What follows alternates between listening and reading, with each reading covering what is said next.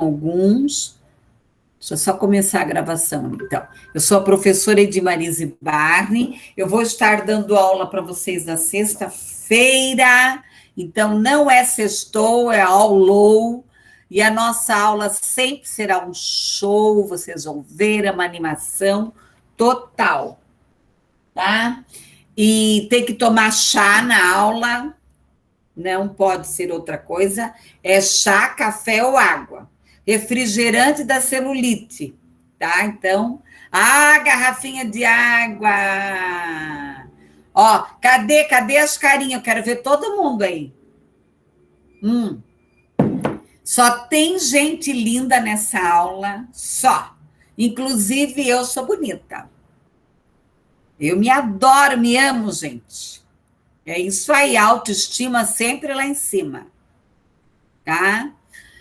Galera, então, assim, nós vamos trabalhar a disciplina de inclusão.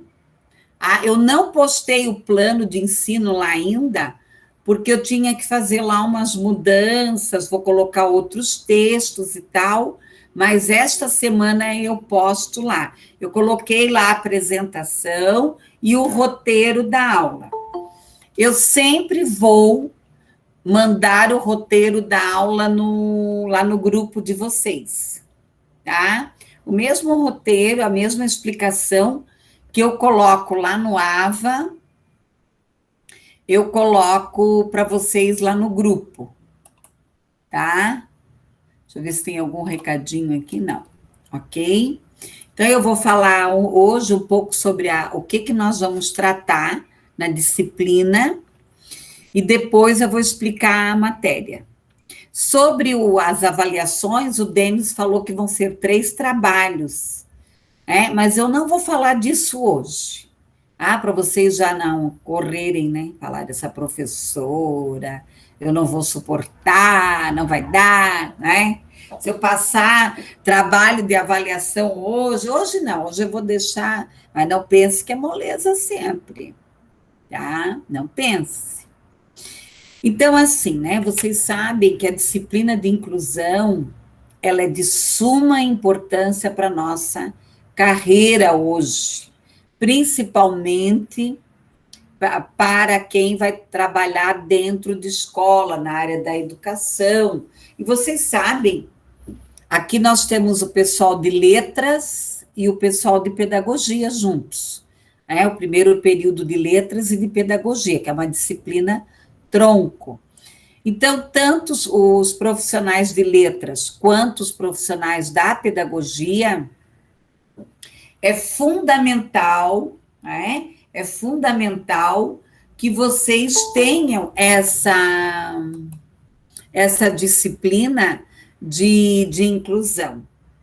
E hoje é geral, né? Se você vai trabalhar numa empresa, se você vai trabalhar num hospital, se você vai trabalhar numa loja, em qualquer lugar, você precisa ter o conhecimento sobre o processo de inclusão. Então, nós vamos estudar um pouco sobre a história da inclusão, sobre a questão do deficiente, tá? Nós vamos tratar mais aqui da questão do deficiente. Por quê? Porque vocês já têm uma disciplina, vocês vão ter mais à frente, ou se já estão tendo, a de diversidade, que daí você já trabalha a questão da diversidade geral, que daí entra a questão do afrodescendente, a questão dos gêneros, a questão das classes sociais, a questão das pessoas que moram em situação de rua, as menos favorecidas e por aí afora. Então, nosso foco aqui é o deficiente e a inclusão. Então, nós vamos ver um pouco sobre a história da inclusão, as principais deficiências, porque não tem como nós vamos ver todas. Gente, só síndrome é um manual enorme, né? É um manual enorme sobre síndrome, tá? Então, nós vamos estudar as principais síndromes, a questão do TEA, né, do aspecto do transtorno de espectro autismo, a questão do deficiente intelectual, deficiente visual, o deficiente físico, as deficiências múltiplas, a questão das principais síndromes, principalmente com a síndrome de Down. Hoje é comum, hoje você sempre se encontra com deficiente, é mais comum, ou no tubo, ou no restaurante, principalmente os com síndrome de Down, você vê hoje muita gente adulta com síndrome de Down trabalhando, tá? Então, eu trabalho com a questão da educação especial e da inclusão há muitos anos. Então, eu sempre falo que nós já passamos poucas e boas, mas a inclusão, ela teve grandes avanços, sim. Às vezes você vê muitas pessoas falando de maneira muito negativa, tá? Eu tenho 3 primos cegos, eu tenho uma sobrinha com síndrome de Down, com 5 anos, eu convivo, com pessoas que têm transtornos e tudo mais já há muitos anos. E eu digo para vocês, deixa eu só ver se não tem ninguém perdido aqui. E eu digo para vocês, nós nunca sabemos tudo, nós sempre estamos aprendendo, Eu trabalho hoje no MAPAI, na escola Luan Miller, Curitiba tem 5 APAIs, tá? São 5 escolas, a infantil, a do ensino fundamental, e daí tem a profissionalizante, eles também têm a casa de acolhimento, onde aquele deficiente que foi abandonado, ele mora lá mesmo, tipo Cotolengo, o Cotolengo são todos residentes, então são pessoas deficientes, ou que perderam os seus familiares, ou que foram abandonados pelos seus familiares, tá? Então tem muita coisa aí para a gente ver. Curitiba, apesar de tudo, é uma cidade que procura atender, Às vezes quando eu trabalhava dentro da Secretaria da Educação, nós recebíamos muitos estudantes de outros estados, de outras cidades, que as mães davam depoimento que vinham morar em Curitiba, porque aqui elas sabiam que seus filhos teriam, os atendimentos específicos. Claro que existem falhas, hoje nós vivemos um momento atípico, mas mesmo assim se mantém aí os CEMAIs, os Centros de Atendimento Especializado, nós temos 11 em Curitiba, e temos aí, claro, várias clínicas particulares, temos o próprio Instituto Pelé, que faz lá avaliação, enfim, tá? Então, nós temos aí uma série de serviços e de atendimentos que são prestados. Nós temos lá o Manual de Direitos da Pessoa com Deficiência. Uma coisa que eu já quero chamar a atenção de vocês nós não utilizamos o termo portador de deficiência e nem pessoa especial, tá? Vocês irão, inclusive tem jornalista que falam, tem professores que falam, Uma vez eu estava numa comissão do MEC, tinha uma pessoa do MEC falando, claro, porque é o que eu falo, termos técnicos, quem é que conhece os termos técnicos? Quem é da área? Eu vou dar aula na área no curso de informática, eles falam lá, professora, o tal web, o que é web? Web, hoje eu já sei o que é um link, como eu salvo a aula de vocês no canal do YouTube, eu tenho um canal no YouTube, então muita coisa eu fui aprendendo, tá? Eu sempre trabalho aqui com o celular, ó, porque às vezes pode ter algum aluno perdido, alguma coisa, então eu fico com o celular aqui, ó, tá? Para algum socorro, né? Às vezes cai o sistema, né? Então, né, quer dizer, outra coisa, pessoas especiais ou pessoas com necessidades especiais também não se utiliza. Você vai utilizar PCD, pessoa com deficiência, tá? Claro, amados, que vocês irão encontrar documentos, tá? Documentos que vão trazer ainda a palavra portador e que ainda vão trazer a palavra pessoas com necessidades especiais. Ainda tem. Se você utilizar, inclusive tem documentos que eu irei trabalhar com vocês que trazem esses termos. Um deles é a Declaração de Salamanca. Mas a Declaração de Salamanca é um documento universal. Não sei se eu já não postei, eu vou postar.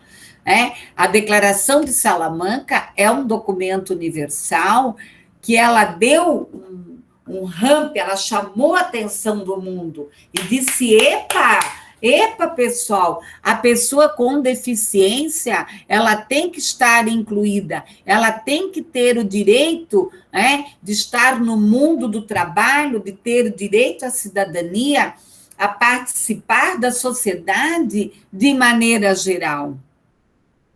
E também, de ter a opção de estudar no ensino regular, na escola comum, não numa escola especializada. Então, nós vamos estudar esse documento. Claro, se você for ler, se você for utilizar algum documento que traga a palavra portador ou a pessoa com necessidades educativas especiais, o que você vai fazer? Você vai colocar uma nota de rodapé lá embaixo no teu texto, dizendo, de acordo com o documento tal. Então, não é você que está usando, é aquele documento. Às vezes você escuta pessoas falando, políticos, repórter, o portador de deficiência. Não, ele não porta nada. Outra coisa que nós vamos trabalhar bastante é a inclusão. Nós não podemos, eu não vou olhar para alguém e dizer, oi, autista. Não, Oi, Nicolas, oi, Thaís, essa pessoa tem um nome, ela tem uma identidade. Eu já ouvi, a gente ouvia muito, aquele lá é abobado, aquele lá é retardado, aquele lá é aleijadinho, aquele lá é bobinho. Um dia uma pessoa me ligou, você viu aquela menina lá? Ela parece ser retardada. Pessoal, não. Nós temos que olhar e ver o indivíduo, tá? Olhar o ser humano. Nunca se falou tanto em ética, nunca se falou tanto na questão de não ter preconceito, de respeitar o outro, tá? Mas e daí? E daí? Tem pessoas que por qualquer coisa não falam mais com o outro. Tem famílias, às vezes eu fico boba. Eu não me dou com a minha sogra, eu não deixo ela ver meus filhos, eu não sei o quê. Gente, que mundo é esse? Eu perdoo fácil, sabe por que eu perdoo fácil? Porque eu também piso na bola com os outros. Eu não sou santa não, amados.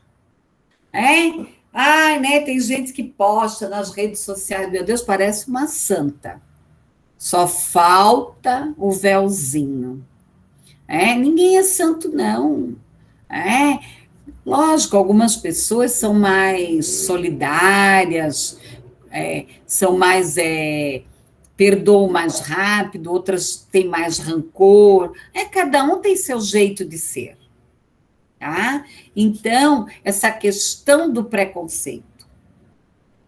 Infelizmente, a escola, ela foi desenhada durante muitos e muitos anos, tá? Para que para o mesmo modelo de aluno, aquele aluno que aprende. Minha mãe é que dizia, minha filha, o bobinho ficava em casa. Tá? Hoje a escola evoluiu, a escola é para todos.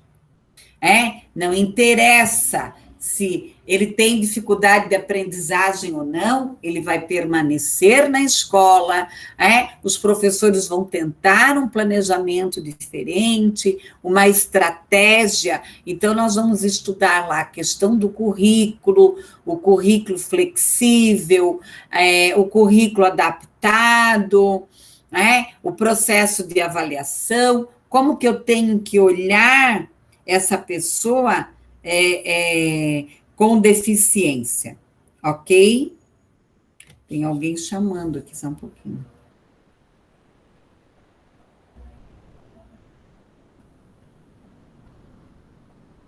Então,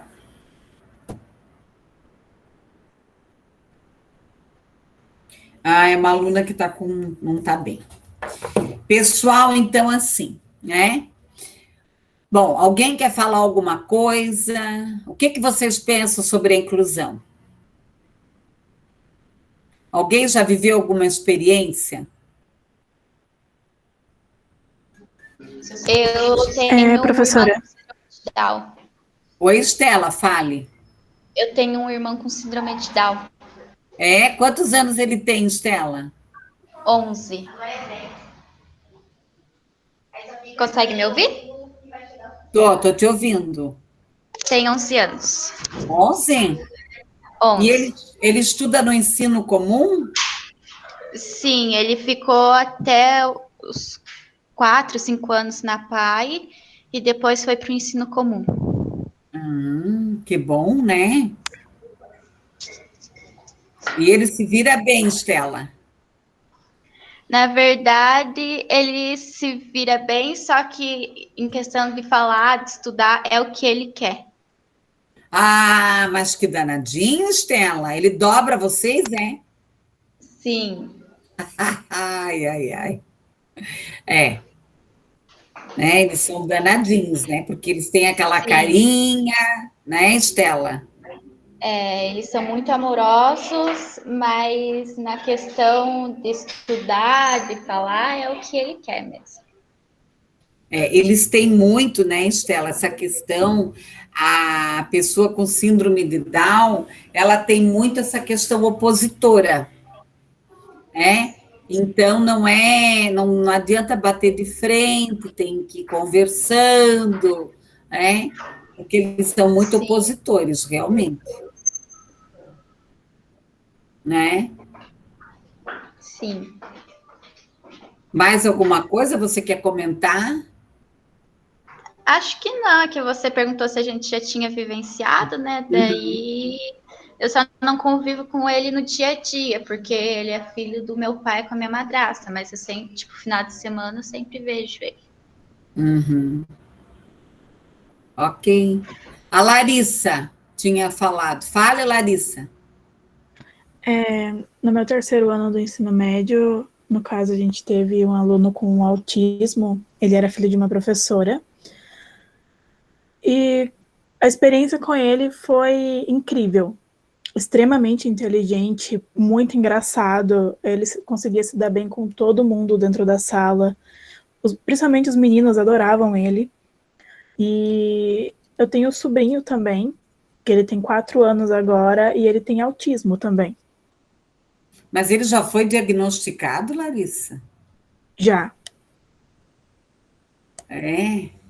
Uhum. Desde, se eu não me engano, desde que ele tinha 2 anos e meio, 3 anos, ele foi diagnosticado.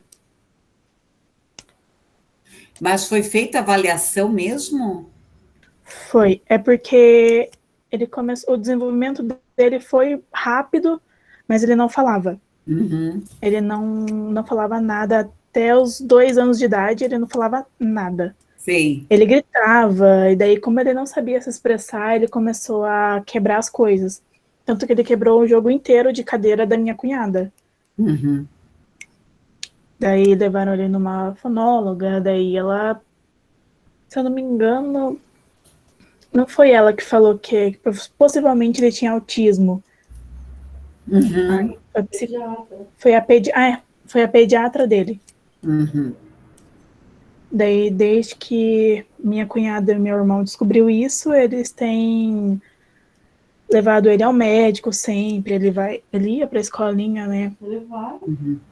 Ele tem convênio com o médico, ele tem um projeto. Que nem minha mãe estava falando agora para mim, que ele tá num projeto, ele vai para a escolinha normal, e ele tá com 4 anos. No final do ano ele veio para cá, e a gente aqui em casa sempre pede permissão. Se a gente pode abraçar ele, a gente pode tocar ele. Ele não gosta de barulho alto, mas ele é apaixonado por animais, ele é apaixonado por carros, então não pode levar ele no mercado. Que ele sempre quer mexer nas coisas, mas ele é uma criança muito alegre, muito, muito alegre. Ele adora brincar, ele é muito sincero, extremamente sincero. E é muito carinhoso, quando ele quer também. Uhum. Olha aí, Larissa, você vai poder contribuir, tanto a Larissa quanto a Estela, né? Vão poder contribuir bastante aí com as nossas aulas, quando nós formos trabalhar com a síndrome de Down, né? E com o autismo. Porque o autista, Larissa, ele pensa o mundo para ele, não existe um mundo subjetivo. Então, por exemplo, dentro da psicologia, nós vemos assim que não existem pessoas que mentem, existem pessoas que se perturbam, tá? Porque o ser humano, ele vive muito na subjetividade. Alguém pode estar pensando, puxa, mas a professora Edi, ela mexe com o cabelo, ela faz assim, né? Será que ela não é problemática? Né? Começa a fazer um preconceito, começa a pensar. Então, o autista, o mundo é material para ele.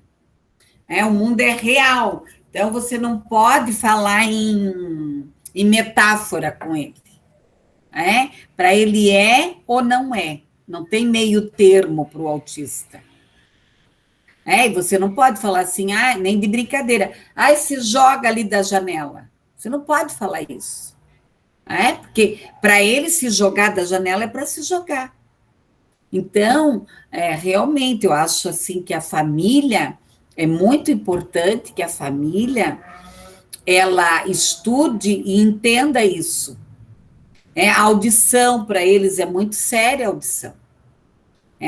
Eles são muito sensíveis à audição. Tá? Então, muito barulho, sempre tem que falar antes, avisar antes. A família tem que avisar antes. Amanhã nós vamos viajar, já tem que ficar preparando ele para tirar ele da rotina.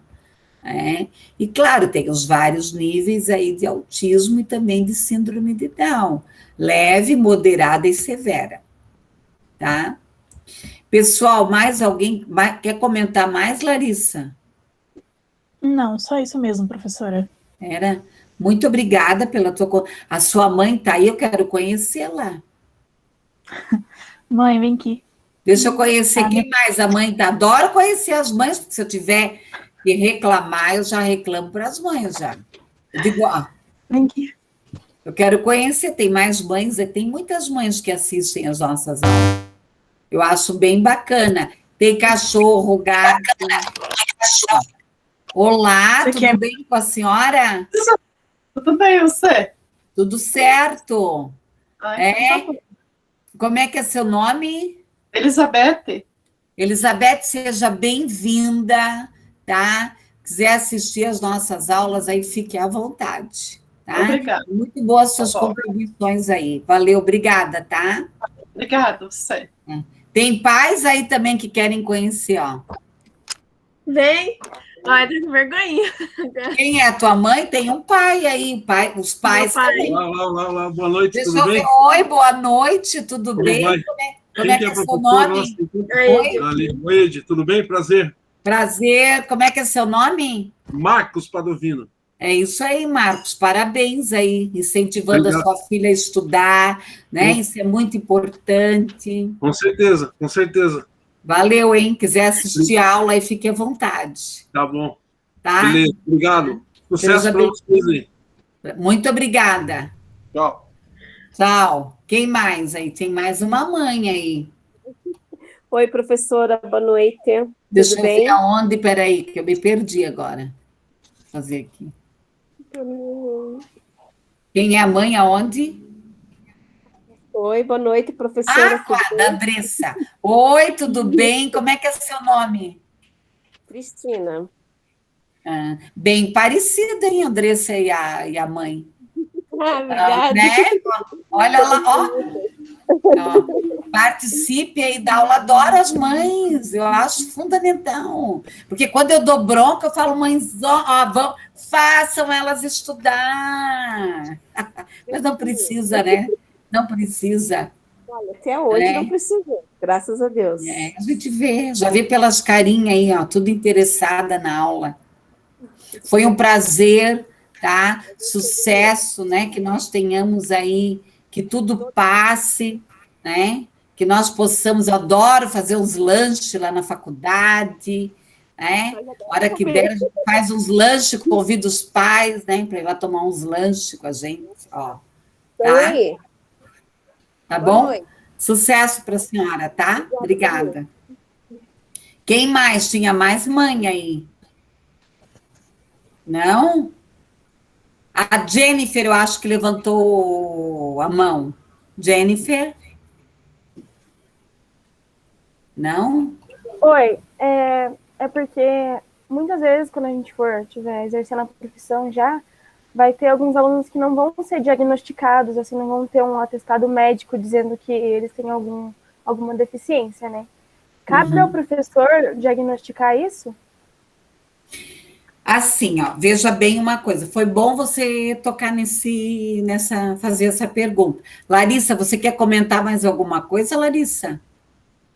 Não, professora. Então tá. Então, assim, Jennifer, nós temos que entender, é bem isso que você traz. Você pode estar num trabalho e ter uma pessoa com deficiência, você pode dar aula e ter uma pessoa com deficiência. Então, nós temos 3 situações aqui diferentes. Nós temos a situação da pessoa com deficiência, que ela, Juliana, depois eu já falo com você, que ela tem o laudo, tá? Então, ela pode ser cega, ela pode ser surda, ela pode ter uma deficiência múltipla, ela pode ter uma deficiência múltipla, ela pode ser cega, ser surda, ter uma síndrome, enfim, então ela tem um laudo, ela tem um diagnóstico, tá? Aí você vai ter aquele estudante que nós vamos dizer que ele tem o quê? Uma dificuldade de aprendizagem. O que é isso? Ele tem uma dificuldade de aprendizagem. Então, ele não tem um laudo, não tem nada, ele não tem uma síndrome. Ele dá conta de geografia, ele dá conta de história, ele dá conta de várias áreas, mas ele vai mal na matemática.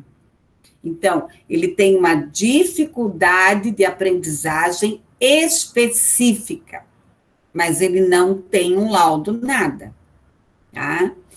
Daí eu vou ter uma outra categoria, que são os estudantes que têm transtorno de aprendizagem. O que é o transtorno de aprendizagem? Ele precisa ter um laudo. Tem o que aqui? Uma disfunção neurológica. Então, ele pode ter uma dislexia, uma dislalia,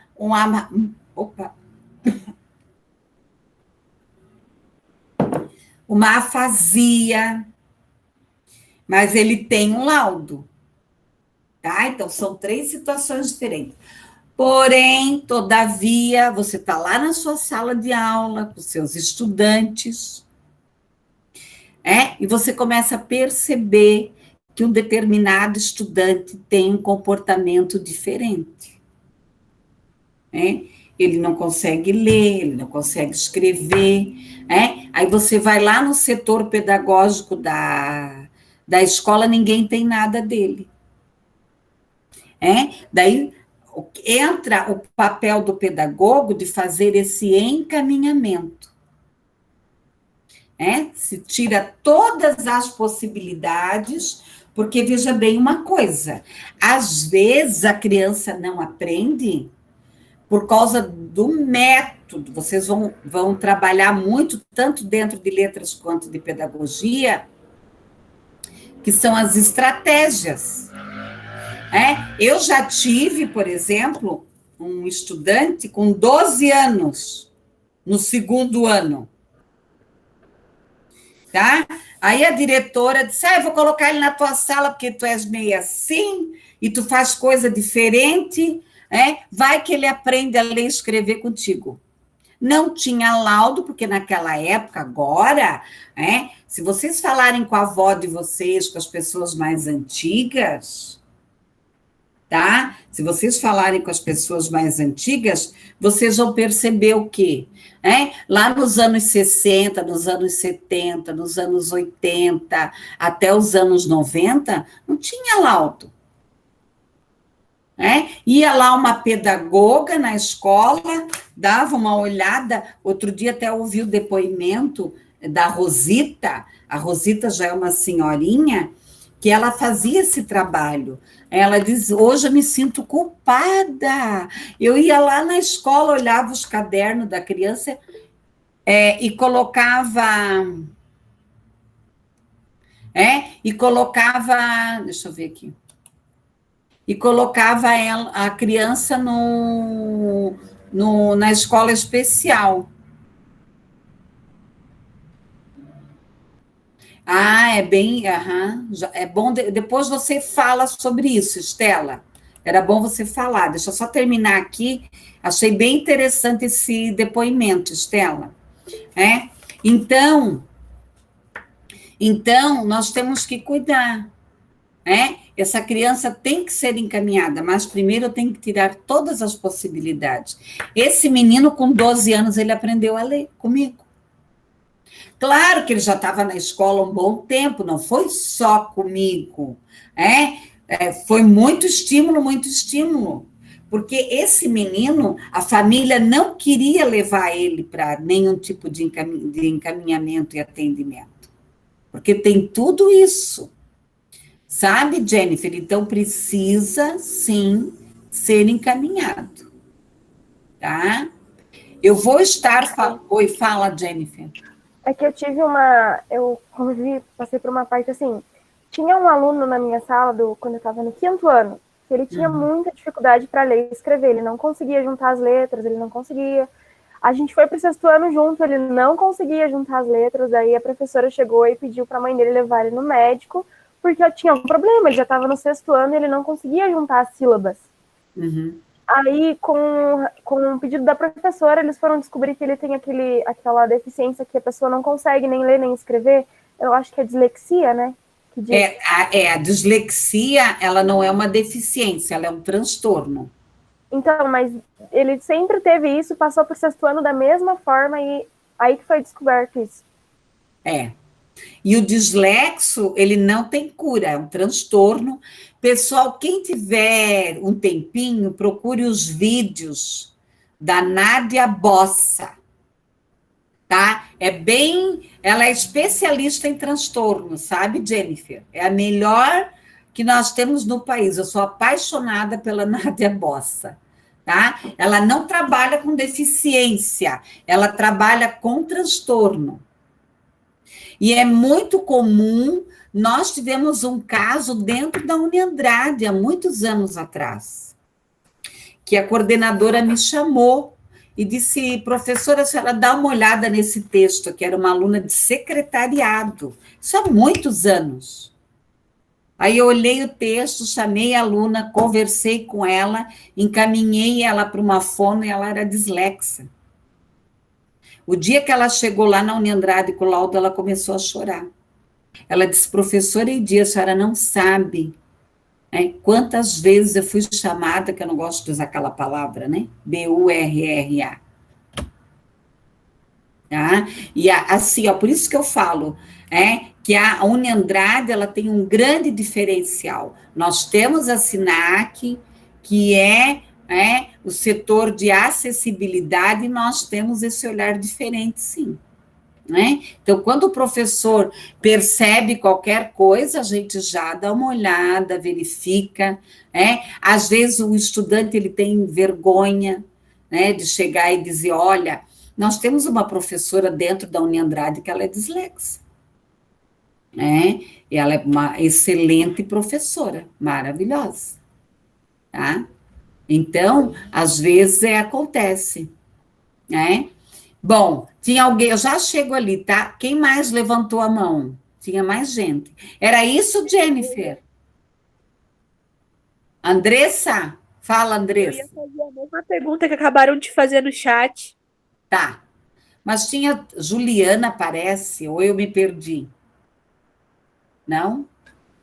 Não, era sobre os casos de síndrome de Down, né? Que eu trabalho, mas já passou, então eu me perdi aqui. Você quer falar, Juliana? Fale. Não, é que eu trabalho com uma criança de síndrome de Down, desde que ela nasceu. Então, eu tenho convívio mesmo com a criança. E é realmente como a Larissa, eu acho, comentou, eles são um pouco sobre o autismo. Ele é um pouco mais agressivo, ele não tem muita paciência, mas é um amor, um amor. Aham. Isso aí, quem é que tá aí no teu colinho, hein, Juliana? Quem é? A Rebeca. Ah, meu Deus! Ela também ela tá gostando. Ela tá gostando da aula, pelo jeito, ela né? tá. Ela veio aqui no meio e fica aqui. Que bom. Pessoal, mais alguém? Senão eu vou responder aqui. Então, eu não sei se isso seria bom comentar, do caso da amiga descobrir déficit de atenção. Exatamente. O que a Estela está trazendo, quer falar, Estela? Pode falar. É que você pediu para eu comentar um pouquinho mais, né, anteriormente. Não fale, pode falar. Mas ela passou para o 5º ano, para o 6º, e foram empurrando, sabe? A mãe dela achava que era porque ela não prestava atenção, e o pai dela e a mãe dela também estavam se separando. Aí ela foi para o 7º ano e passou por conselho, e no 7º ano uma professora deu mais atenção para ela e chamou a mãe dela para conversar. Daí, depois disso, a mãe dela levou ela num psiquiatra e deram o diagnóstico que ela não aprendia porque ela tinha o déficit de atenção, né? E não porque ela não queria prestar atenção. E ela precisava tomar Ritalina para conseguir prestar atenção. E o ruim desses casos é que a Ritalina, ela acelera muito o coração, né? Ela ficou comigo o ensino médio inteiro, né? Ela era a minha amiga mais próxima. Querida. E daí, enquanto ela estava com o remédio, ela aprendia tudo. E depois, quando ela às vezes esquecia o remédio, eu tinha que dar uma atenção a mais para ela que ela não entendia, né? Daí, se eu entendia a matéria, eu explicava para ela. Às vezes, o déficit de atenção, às vezes você só tem que explicar mais para a pessoa, né? Talvez por causa que ela tomava o remédio contínuo, aí a partir da metade do ano retrasado, quando tinha aula presencial ainda, ela parou de tomar e com isso ela conseguiu, mesmo sem o remédio, ela ainda conseguia prestar atenção melhor, porque aí se ela não entendia alguma coisa, eu explicava mais para ela, ela tinha mais facilidade em matemática, física, essas coisas. Já que era mais explicação oral, ela não tinha tanta facilidade. Isso mesmo, Estela. A questão do déficit de atenção, e no caso dela, ela tinha déficit de atenção. Tem pessoas que têm déficit de atenção e hiperatividade. Também vai entrar dentro dos transtornos. A Nádia Bossa tem um vídeo só falando sobre isso, tá? Bem interessante. Ela tem uns vídeos bem curtinhos, assim, bem bons. E isso acontece muito, né? Eu lembro que eu estava lá em Santa Catarina, quando eu morava em Santa Catarina, eu estava numa loja lá, que eu ia muito na loja, e a dona da loja me chamou no canto e disse, né, como a cidade era pequena, todo mundo me conhecia, e disse, olha, estou com um problema aqui com uma funcionária, está muito triste. Isso foi nos anos 90, 95, por aí. Ela está muito triste, porque toda semana chamam ela na escola e falam que a filha dela tem preguiça, que a filha dela não sei o que e tal.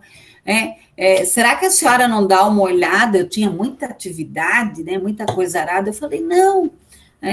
Eu pede para ela trazer os cadernos, eu trabalhava no consultório ali perto, e eu dou uma olhada nos cadernos da filha dela, né?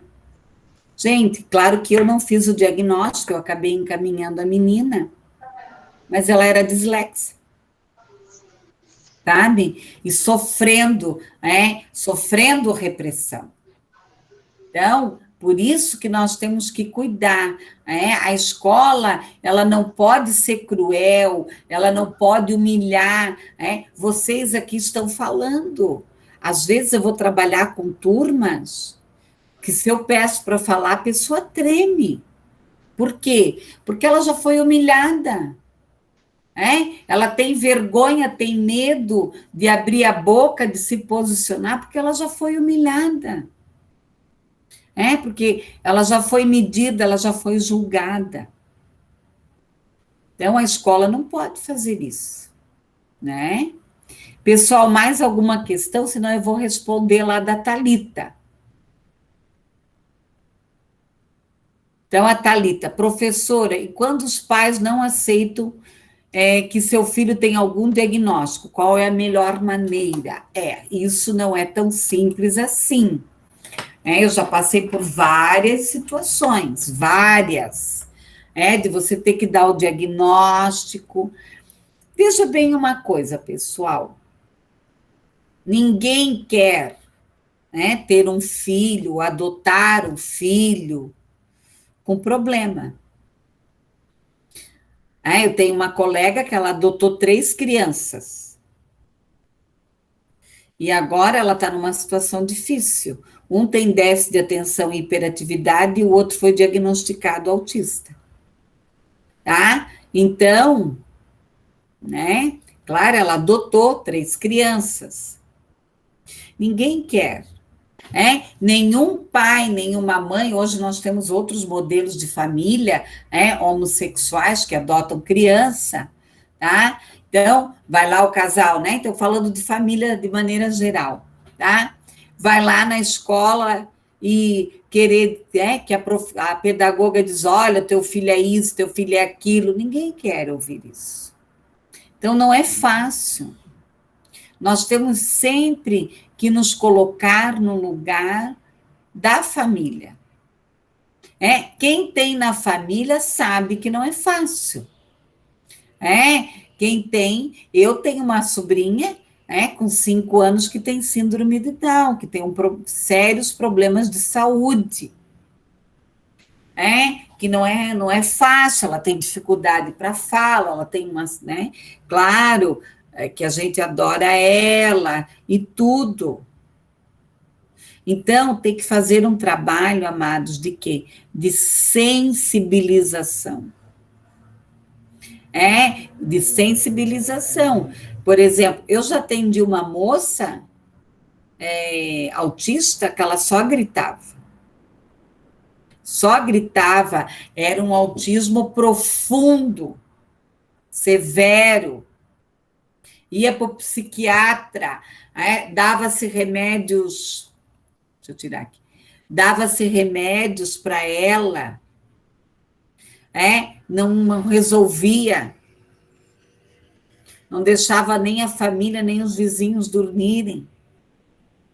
Então, assim, nós temos que ser amorosos, acolhedores. Eu já fui em palestra, de eu ver profissionais, né, apontando o dedo para as famílias. Eu parei a palestra, eu falei, escuta,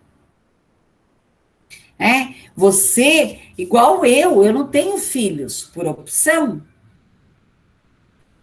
Claro, eu sou pedagoga, sou psicóloga, eu trabalho com criança há muitos anos, com adulto, com pessoas com deficiência, eu tenho uma experiência, mas eu não tenho a experiência de maternidade. Eu estou dando aula aqui, tranquila, eu não tenho uma criança aqui nas minhas pernas. Então, eu tenho que acolher essas famílias, dar apoio a eles, tá? Mostrar o quê? O potencial dessa criança. Eu lembro, teve um ano que eu atendi uma menina que ela tinha síndrome de Down e autismo. Então, pense uma mãe que tinha todos os recursos do mundo. E chegar para mim, e eu falei, mãe, nós vamos trabalhar com o potencial da sua filha. E ela era bem severa, não na síndrome de Down, mas no autismo. Então, eu comecei a mostrar, eu e a equipe, mostrar para essa mãe as possibilidades. Então, incentivar essa criança a comer sozinha. Cada dia era um passo diferente. O dia que ela levou a colher à boca, eu tirei foto, mandei para a mãe, fiz uma festa. Fiz festa, olha lá, mãe, viva! Então, é isso. Tá? É isso. A escola hoje, nós, profissionais da educação, nós temos que entender que o mundo mudou. Tá? Que a escola, ela não é mais uma escola dentro de um quadradinho. É igual nós, professores dentro da universidade, nós também temos que ter flexibilização. Cada um de vocês tem uma história de vida diferente. Cada um de vocês tem um processo de aprendizagem diferente. Tem um ritmo de aprendizagem diferente. Então, há anos atrás, eu não aprendia. Tchau. Tchau. Hoje não. Hoje nós temos que buscar saídas. O neto da minha irmã foi estudar remoto para a escola, ano passado, em março. A minha irmã disse, eu vou tirar ele da escola, porque, meu Deus, o menino vai para frente do computador e fica nervoso. Daí a madrinha e o padrinho, o cachorro, o gato, todo mundo ao redor daquele menino, olha, uma confusão. Eu vou no Ministério Público, eu quero ver quem me obriga a deixar o meu filho, meu neto estudando aí, fizeram aquela falação, mas não deram bola, o meu sobrinho e a minha sobrinha continuaram com o menino, com as aulas remotas e tal. Gente, no final do ano, ele estava o quê? Alfabetizado, escrevendo frasezinhas, né? Então, veja bem uma coisa. O que nós temos que pensar? Trabalhar com a potencialidade e fazer com que esse pai acredite no seu filho. Nem todo mundo no mundo sabe ler e escrever, nem todo mundo sabe 2, 3 idiomas. Eu vou confessar para vocês, eu sou péssima em idiomas, péssima. Já fiz publicação fora do país, tudo. Paguei para alguém para traduzir, fui lá, enrolei a língua e vim embora, porque eu não dou conta. Fiz umas enrolação na língua. Eu não aprendo. Eu já tive professora particular de espanhol, de francês, de inglês. E aprendo um monte de coisa. Sou rápida. Não sei o que tem aqui no meu cérebro que eu não consigo aprender um idioma.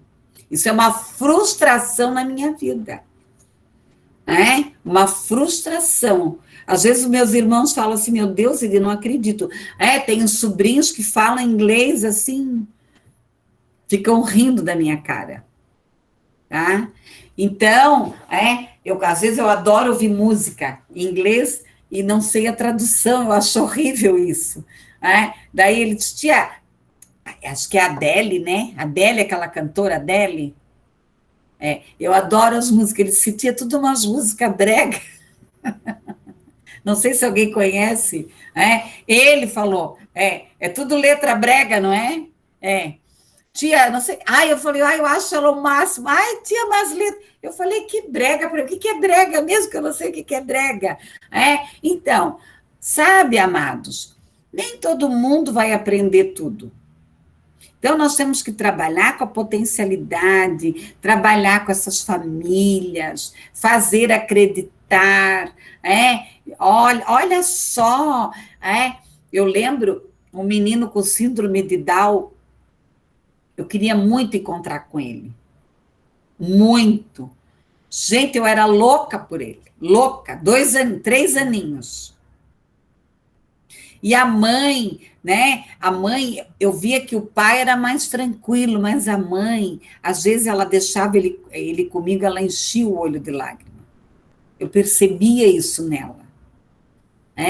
E nós fomos desfraldando ele, nós fomos ensinando ele a comer sozinho. Aí o dia que ele aprendeu meu nome, daí eu não aguentei. Di. E eu toda feliz lá no portão com a mãe, fala para a mamãe Di, daí que a mãe chorou, porque ele não falava o nome da mãe e falava o meu, daí que a mãe chorou. Daí, pensei, ai, meu Deus. Ai, gente, eu quase morri. Então, é isso, tá? Então, nós temos que o nosso papel dentro da inclusão é potencializar, é acreditar. A gente tem que acreditar, tem que incentivar, tem que jogar para cima. Às vezes você fica lá com deficiente intelectual, você fica lá a semana inteira. Que cor é essa? Branca. Que cor é essa? Branca. Aí no outro dia ele olha para ti, professora, é laranja. Eu tinha um com deficiência intelectual moderada para severa, tudo era preto. Tudo era preto. Que cor é essa? Preto, professor. Que cor é essa? Preto. Tudo era preto. Então, nós temos que entender o quê? Como eu convivo eu trabalho numa instituição onde os estudantes têm deficiência moderada para severa, quando eu vou conviver com meus sobrinhos, que têm um cérebro normal, eu estranho, porque eles são rápidos. Eles são rápidos. Outro dia, minha sobrinha mandou um vídeo.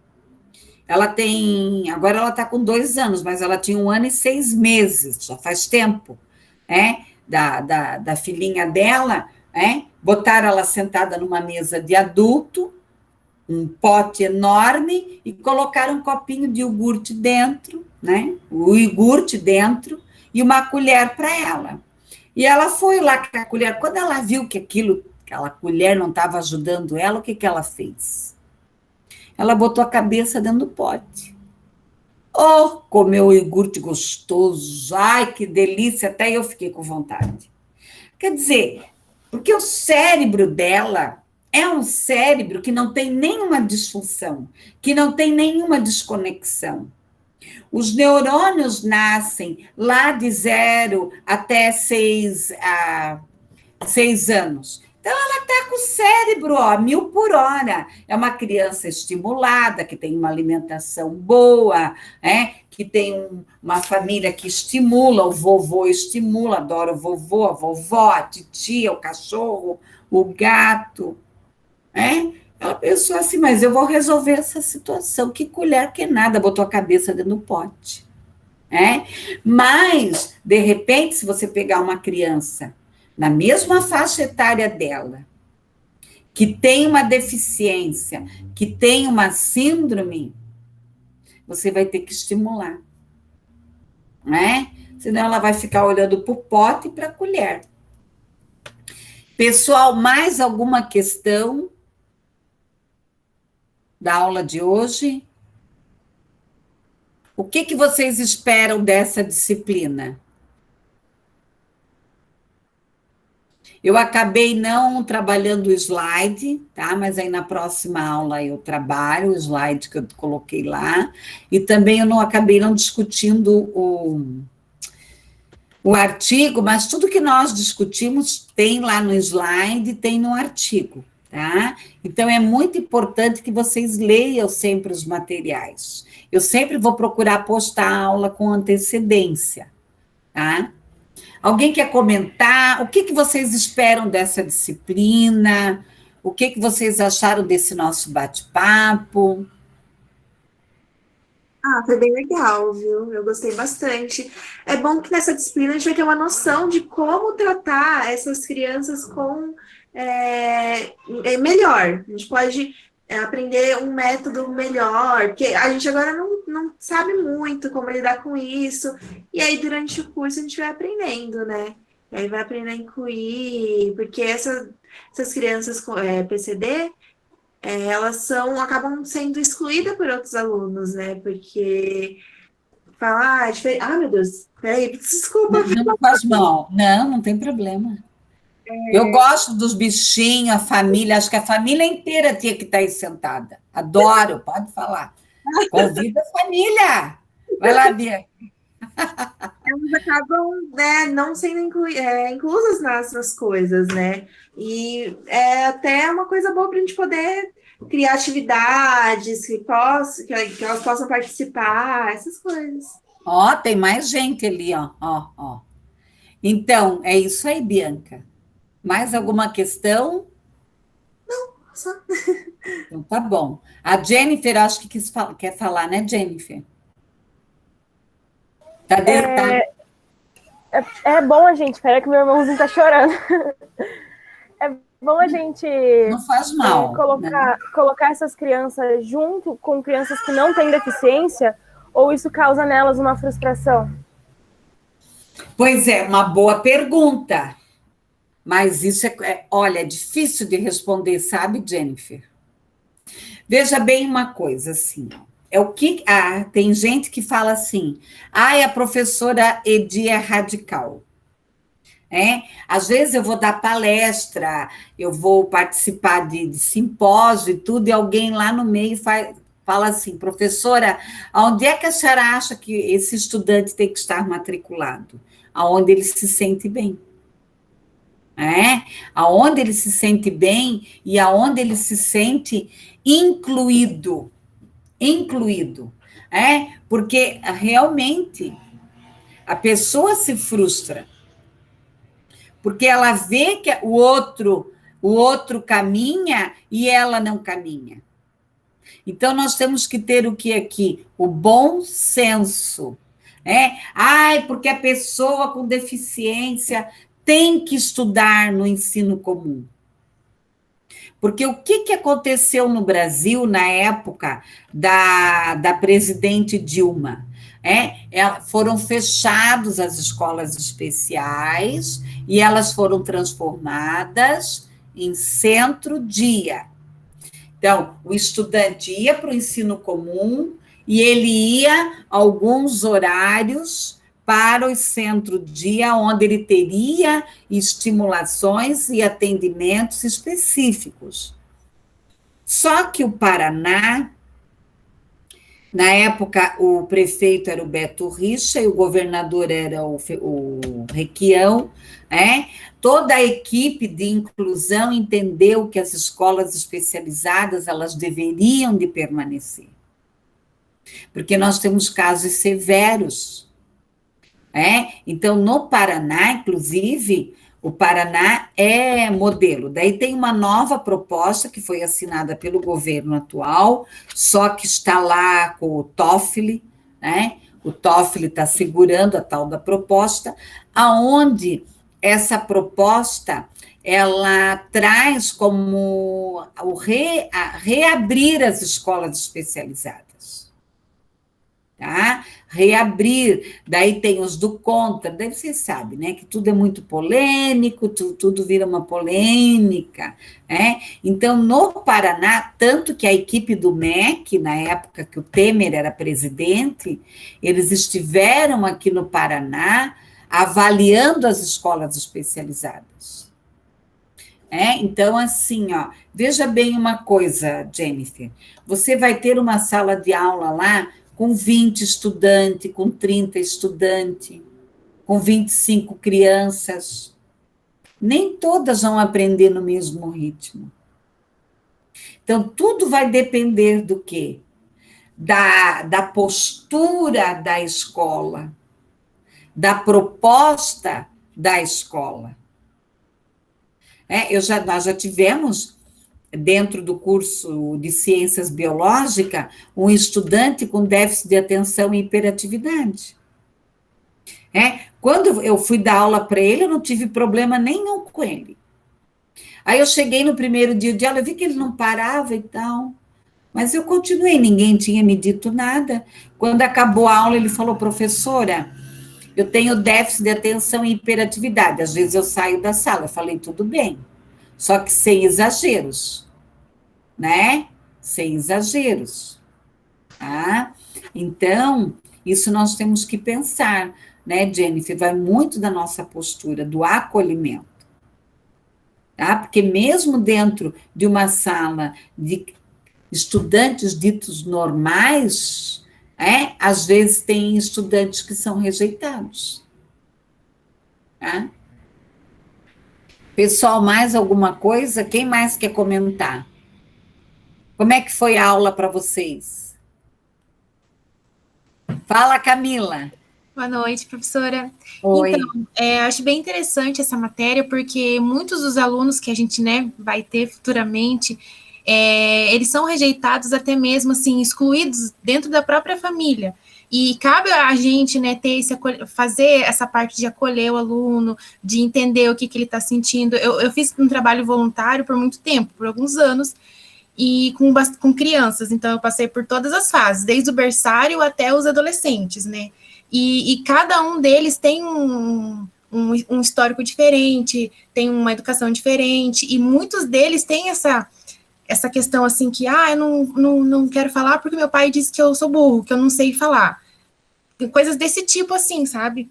Então, às vezes, dentro da própria casa, eles têm essa situação, que eles passam, eu não quero fazer isso porque minha mãe falou que eu não sei fazer. E eles acabam... E a gente tem que fazer aquele trabalho todo de, ajudar, de incentivar, a criança mesmo. Então, eu acho bem importante isso, acho que vai ser fundamental para a gente. Muito bom. Quem mais? Muito bem, Camila. Quem mais? O Nicolas não falou, Nicolas. Tem mais gente aí, Só. Tem gente escondida aí que eu não estou vendo. Ai, ai, ai. Quem mais quer comentar? Alguém não gostou da aula, pode falar também.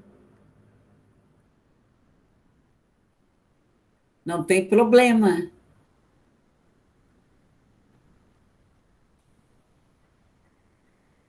Não tem problema? Podem reclamar da aula, eu não ligo. Eu sou acostumada. A Luana está aí? Tá tudo certo, pessoal? Mais alguma dúvida? Deixa eu ver se tem alguma coisa aqui para eu responder. Não. Pessoal, então, assim, não deu tempo de eu trabalhar os slides lá e o artigo, tá? Mas aí na próxima aula eu trabalho, daí eu vou conversar com vocês sobre as notas. Olha aí, tem criança na nossa aula, ê! Ai, que amor! Ah, que grandão, né? Grandão. Tá, pessoal, eu vou terminar a gravação aqui, só um pouquinho.